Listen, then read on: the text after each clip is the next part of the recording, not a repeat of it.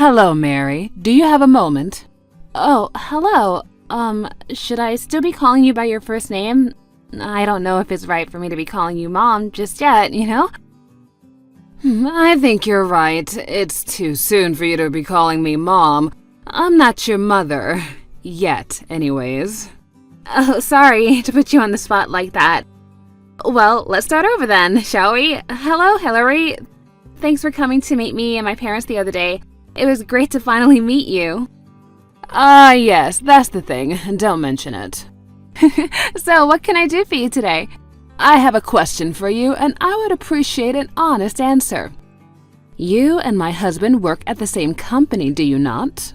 And furthermore, you recently started working in the same department together. Is that true? Yes, that's right. Actually, I heard from Andrew a while ago that his dad was working at the same company as me.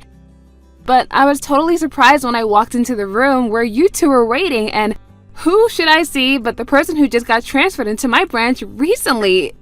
It was a total surprise. Well, I suppose our family name is somewhat of a common one, so it doesn't surprise me one bit that you wouldn't suspect that we were related when you saw that we had the same last names. But that's not the issue I'm here to discuss today. The issue is your reproachful behavior towards my husband. What? I'm sorry, I don't understand. Did I do something that offended him? Offended? Oh, that's nowhere near strong enough a word to describe your attitude towards my husband. When I left to go to the little girl's room, I saw him apologizing profusely to you, and you were lecturing him like he was a school child. I know my eyes were not deceiving me to see that horrible behavior. Oh, I'm sorry that you had to see that.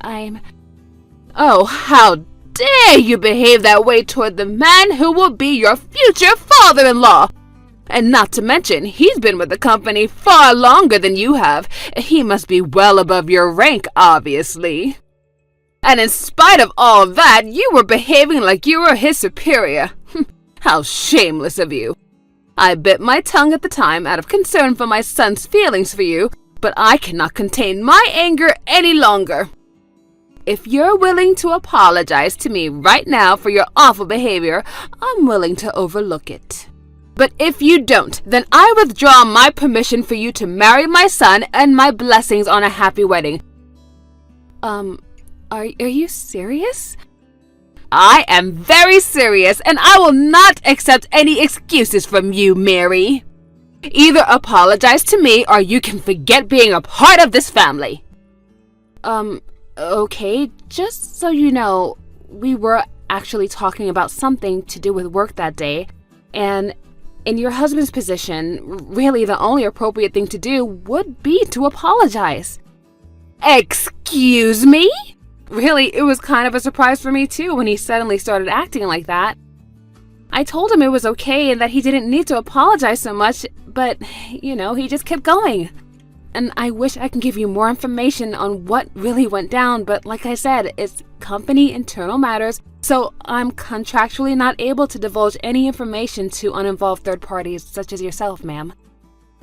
Oh, don't talk to me with this legal jargon. What do you mean, internal matters? I mean exactly what I said. It's a company matter, and since you're not involved, I'm not able to discuss it with you. I get that you'd like to know more about what happened, but please understand that I cannot tell you any more than I've already have. I have absolutely no idea what you're talking about. But in any case, it seems like you have no intention to apologize to me. It's like I told you, I'm not the one who has anything to apologize for. I see.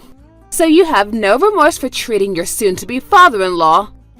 So be it. I will not allow you to marry my son, and the wedding is off! I don't think you're in any position to make that call, Hillary. I think this goes without saying, but the fault in the situation lies 100% with you, Mary. As such, you'll be responsible for paying for all of the venue cancellation fees. I'll be contacting our lawyer very shortly, and we'll be suing you for that and for the pain and suffering that you have caused this family.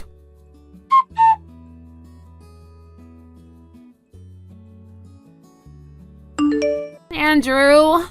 Hey, Mary. What's up? This is bad. Really bad. Uh-oh. What happened? Your mom saw your dad apologizing to me at your house the other day. Oh, boy. She texted me about that just now. And she is really, really mad. Which, in all fairness, I don't really blame her, considering that she doesn't know the whole circumstances. But still, this is bad. She said that if I don't apologize to her for that she's gonna make us break off our engagement. Oh, you gotta be kidding me. I had literally just made an explicit promise not to tell anyone about what happened, so it's not like I can just up and spill the beans to her. Oh, why are my parents always doing things like this? They're inseparable to the point that I almost never see one without the other in the same room, and yet when trouble rears its ugly head, they take completely opposite approaches. It seems like you're pretty used to this kind of thing from them, huh? Sorry about that, I just felt the urge to vent. Anyway, for now, I'd like to see the text Mom sent you, if you wouldn't mind. Is it okay if I head over to your place right now? Yeah, come on over, it's fine. Okay, I'll be there in just about an hour or so. Alright, I'll be waiting for you.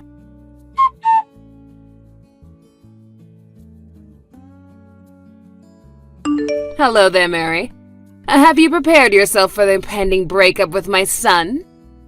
I haven't heard a thing from you ever since I gave you my ultimatum. So now I'm forced to message you like this. I grow more disappointed with you by the day. How long were you going to keep me waiting? You really are an impudent little girl, aren't you? If you're trying to wait it out and hope I forgive you, it's not going to work. I will not consent to this marriage until you've given me a proper apology.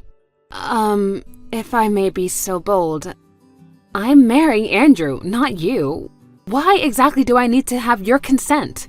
Oh, excuse me? I doubt that Andrew would want to break off our engagement because I won't apologize over a situation in which I did nothing wrong. And frankly, I'm perplexed that you would simply assume that I was in the wrong rather than talking to your husband and finding out what actually happened. That's very immature of you. I'm at a loss of words for you, Mary. To think that you would speak in such an uncivilized manner to the mother of the man you're hoping to marry. Hoping? Yes, hoping! I haven't opened up my consent for you just yet, have I? Oh, I must have missed where we established that I even needed your consent. You little— Stop interrupting me! I'm giving you the lecture that you deserve right now! Oh, right. By all means, go ahead. If a family were like a company, then the mother-in-law is like the superior and the daughter-in-law is the subordinate. And subordinates are supposed to listen to their superiors, correct?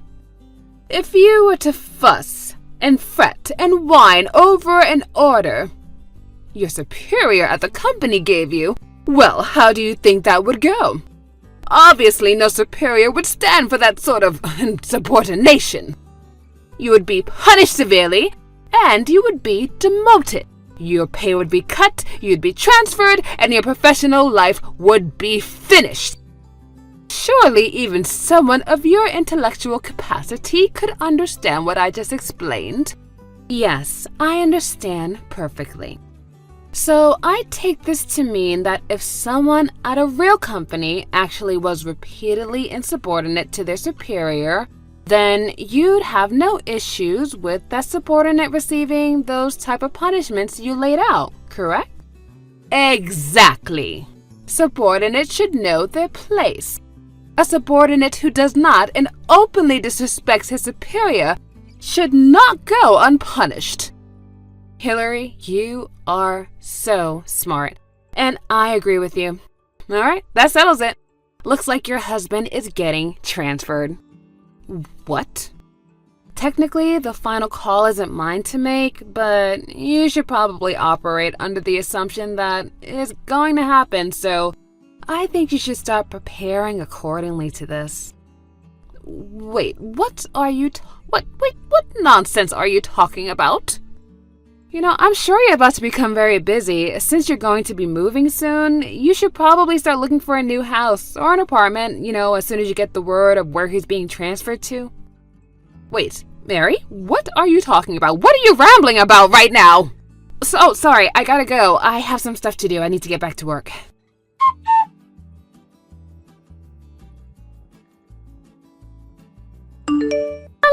Hello there, Mary. It's been so long since we've seen each other. Would you like to come over and have some afternoon tea with me someday soon? Maybe tomorrow. What are you doing?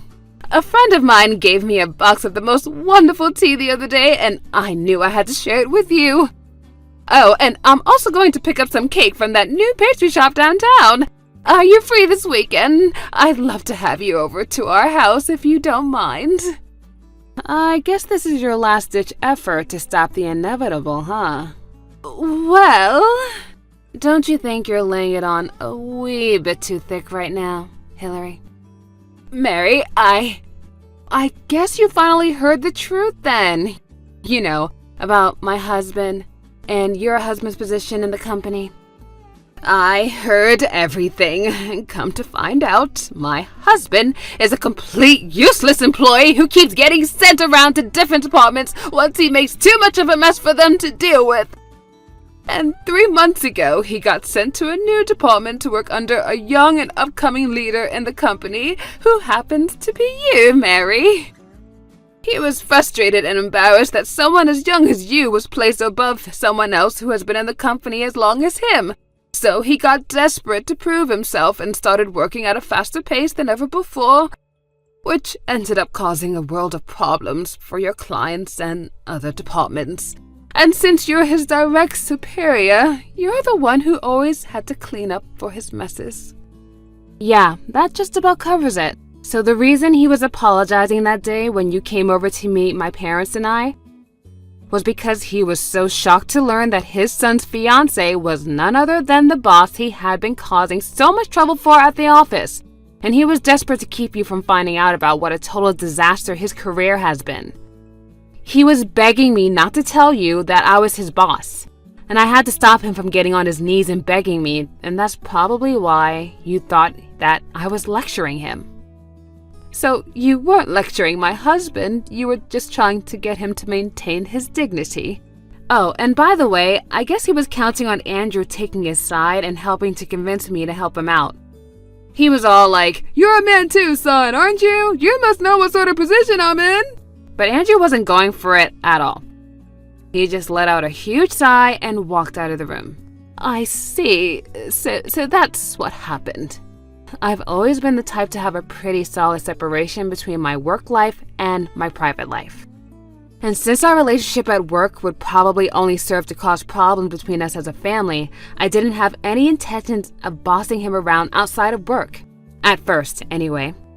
Then I found out what your husband had been doing at the office ever since he found out I was marrying Andrew. He's been name-dropping me at the company and trying to get other people to give him credit for their work. Like threatening to get them fired if they didn't do as he demanded. He did. I received multiple complaints of that nature from multiple employees in my department.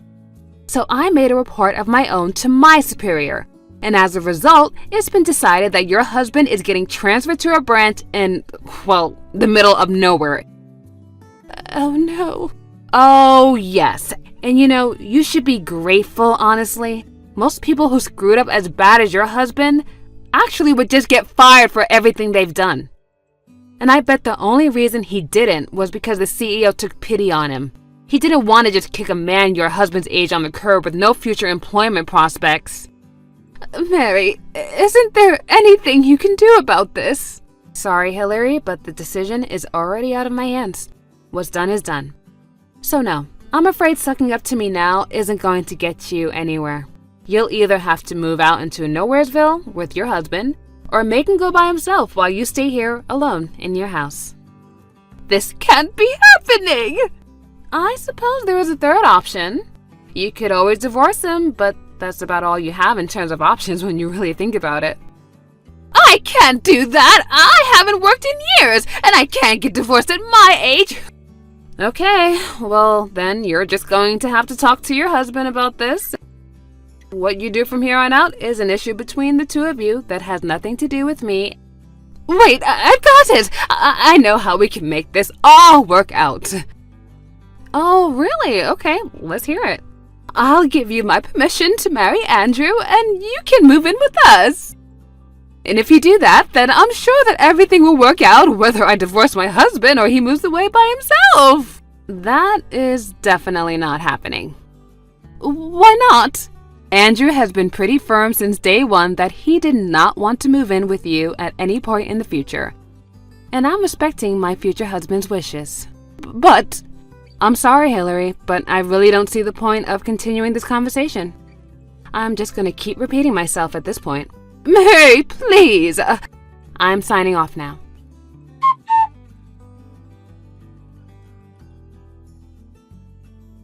After that, I understood Andrew's parents got into a massive fight. Hillary needed someone to finance her lifestyle, and her husband needed someone to take care of all of the housework.